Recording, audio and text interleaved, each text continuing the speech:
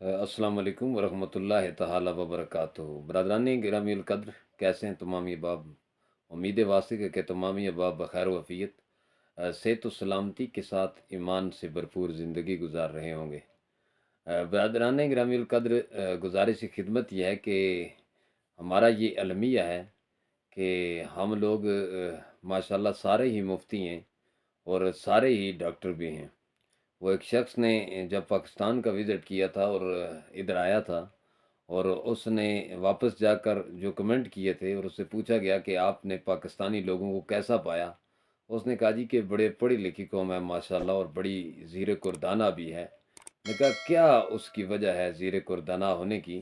تو وہ شخص کہنے لگا جی کہ میں نے ہر بندے کو دیکھا کہ every person is a doctor, کہ ہر آدمی ڈاکٹر ہے۔ اس نے کہا کیسے آپ نے یہ بات آبزرو کر لی؟ تو اس نے کہا جناب مسئلہ یہ ہے کہ اگر آپ کو تھوڑی سی بھی تکلیف ہو تو اگر آپ کسی سے ڈسکس کریں کہ جناب مجھے یہ پرابلم ہے، تو آپ کو ڈاکٹر تک پہنچنے سے پہلے آپ کو اگر 70 آدمی ملتا ہے تو وہ 70 کا 70 آدمی اپنا نسخہ ضرور بتائے گا کہ یہ کام کرو تو ٹھیک ہو جاؤ گے۔ وہ اپنی دوا ضرور تشخص کرے گا اور وہ ضرور کہے گا کہ جناب آپ ایسا کریں، اور ہر آدمی بیماری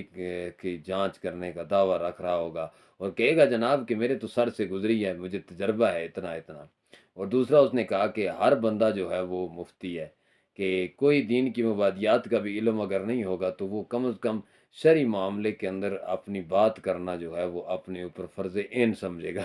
برادران گرامی القدر، یہ تمام بات میں نے اس واسطے کی، یہ ساری بات اس وجہ سے کی ہے کہ ایک ویڈیو نظر سے گزری ہے، اور دیکھیں آپ کہ ہم لوگ کس طریقے سے دین اسلام کو سمجھ رہے ہیں اور پھر اس کو آگے پھیلانا بھی ماشاءاللہ چاہتے ہیں، اور پھر ٹک ٹاک کے اوپر، سوشل میڈیا کے اوپر اس کو مختلف طریقوں کے ساتھ وائرل ہونے کی خاطر ہم یہ بات کرتے ہیں، اور پھر وہ کچھ ایسی بات ہو جاتی ہے جو لوگوں کی دانست کے اندر نہیں آتی، جو لوگوں کی عقل کے اندر نہیں آتی، یا اسلام کے خلاف ہوتی ہے۔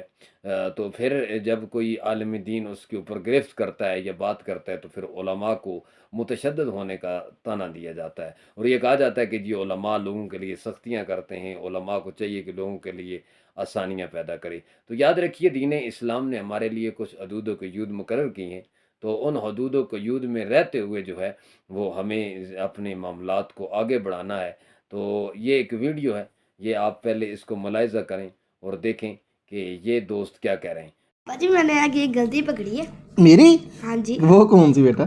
آپ نے فجر کے ٹائم چائے پی تھی، چائے پی رہے تھے آپ تو؟ جب اذان ہو رہی تھی فجر کی۔ ہاں جی۔ بیٹا یہ جو نا اچھی بات ہے، اور یہ کچھ لوگ اس پہ بہت زیادہ سختی بھی کرتے ہیں کہ جی جب سحری کا وقت ختم ہو گیا تو اس کے بعد جناب جی کھا پی نہیں سکتے۔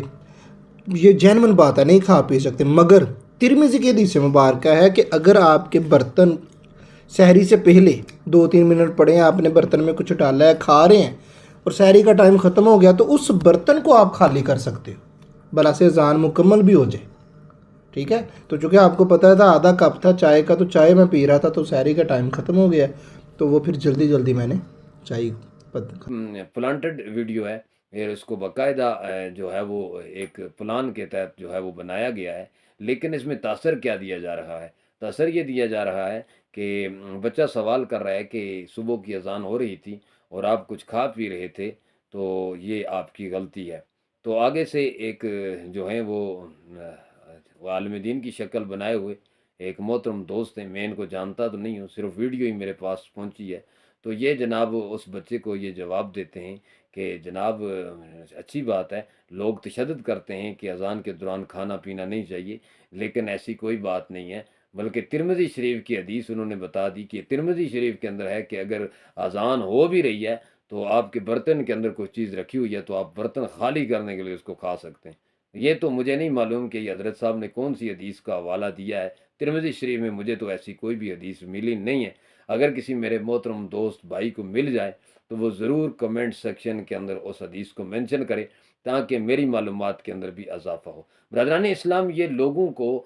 ایک غلط راستے پر ڈالنے کے مترادف ہے کہ علم نہ ہونے کے باوجود جو ہے فتویٰ دے دیا جائے۔ نبی علیہ الصلوۃ والسلام نے فرمایا قرب قیامت یہ ہوگا کہ علم اٹھا لیا جائے گا اور علم اس طرح نہیں اٹھایا جائے گا کہ کتابوں سے موو کر دیا جائے گا یا کتابیں ہی تلف ہو جائیں گی، بلکہ علماء کے اٹھانے سے علم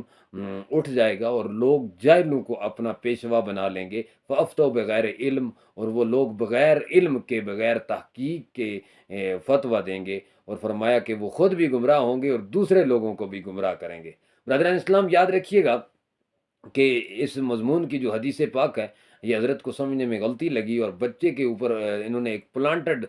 بچوں کو سامنے رکھ کے ویڈیو وائرل کر دی، اور اس چیز کا خیال نہ رکھا کہ لوگوں کے جو روزے ہیں وہ ضائع ہوں گے۔ یہ بخاری شریف کے اندر حدیث پاک ہے کہ حضور نبی رحمت صلی اللہ علیہ وسلم نے فرمایا کہ حضرت بلال چونکہ رات کے وقت اذان دیتے ہیں، تو بلال کی جو اذان ہے تو اس پر آپ ایسا کریں کہ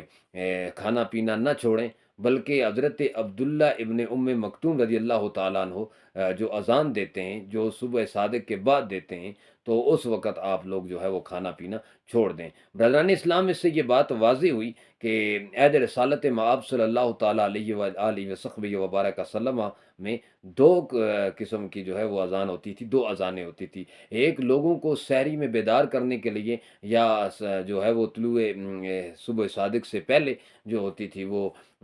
ہوتی تھی اذان، وہ حضرت بلال حبشی رضی اللہ تعالیٰ عنہ دیا کرتے تھے، اور دوسری جو اذان ہے وہ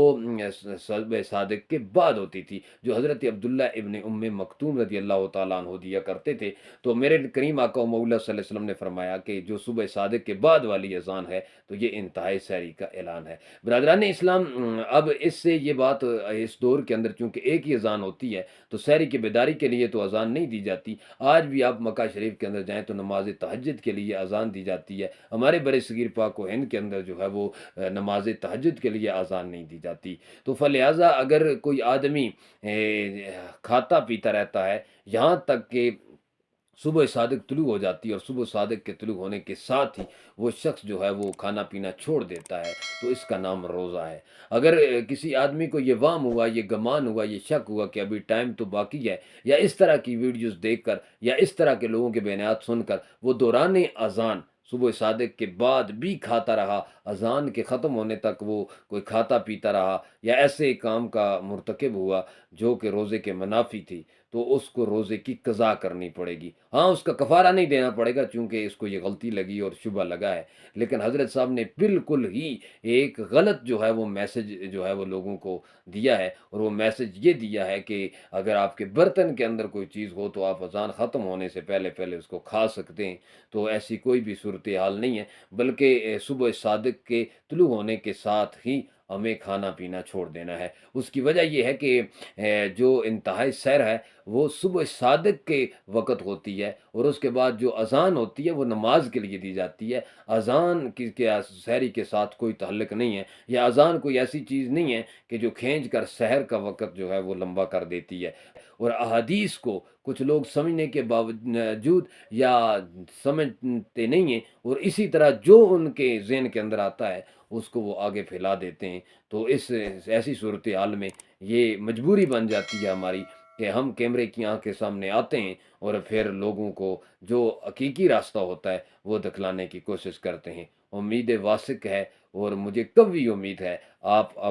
اس میری ادنا سی کوشش کو پسند فرما رہے ہوں گے۔ اپنے دوستو احباب تک پہنچا دیا کریں اس بات کو، ان ٹوٹے پھوٹے الفاظ کو۔ تو فلہٰذا بارے دیگر یہی گزارش ہوگی، اپنے دوستو احباب تک شیئر کر دیا کریں، پہنچا دیا کریں، اپنے گروپوں میں ڈال دیا کریں، اور آپ کا ایک کلک لگے گا لیکن بہت سارے لوگوں کی اصلاح ہو جائے گی، اور یہ عام معلومات ان تک پہنچتی جائیں گی۔ فلہٰذا اپنے روزوں کو ضائع نہ کریں اس طرح کے لوگوں کی باتوں کے اندر آ کر۔ انتہائی سحر جو آج کل جدید دور، ہمارے پاس گھڑیاں ہیں، ہر گھر کے اندر موبائل ہیں، ہر گھر کے اندر جناب اعلان ہو رہا ہوتا ہے، اور ایسی ایسی ٹیکنالوجی آ گئی ہے کہ انتہائی سحر کے وقت باقاعدہ اعلان ہو رہا ہوتا ہے کہ بھائی اب سحر جو ہے وہ ختم ہو چکی ہے۔ کسی اذان کا آپ انتظار نہ کریں کہ اذان ہو رہی ہے کھا پی رہے لیں، یا بعض لوگ لیٹ جاگتے ہیں اور وہ کہتے ہیں ابھی اذان ہو رہی ہے کچھ تھوڑا سا کر لیں، لیکن اس طرح روزہ نہیں ہوگا۔ روزہ وہی ہوگا جو صبح صادق کے بعد جو ہے وہ کھانے پینے کو چھوڑ دیا جائے، ماکولات و مشروبات سے بچ لیا جائے، اور شام تک اس کا انتظار کیا جائے۔ اللہ تعالی ہم سب کا حامی و ناصر ہو۔ جزاک اللہ تعالی خیرہ، بہت بہت شکریہ۔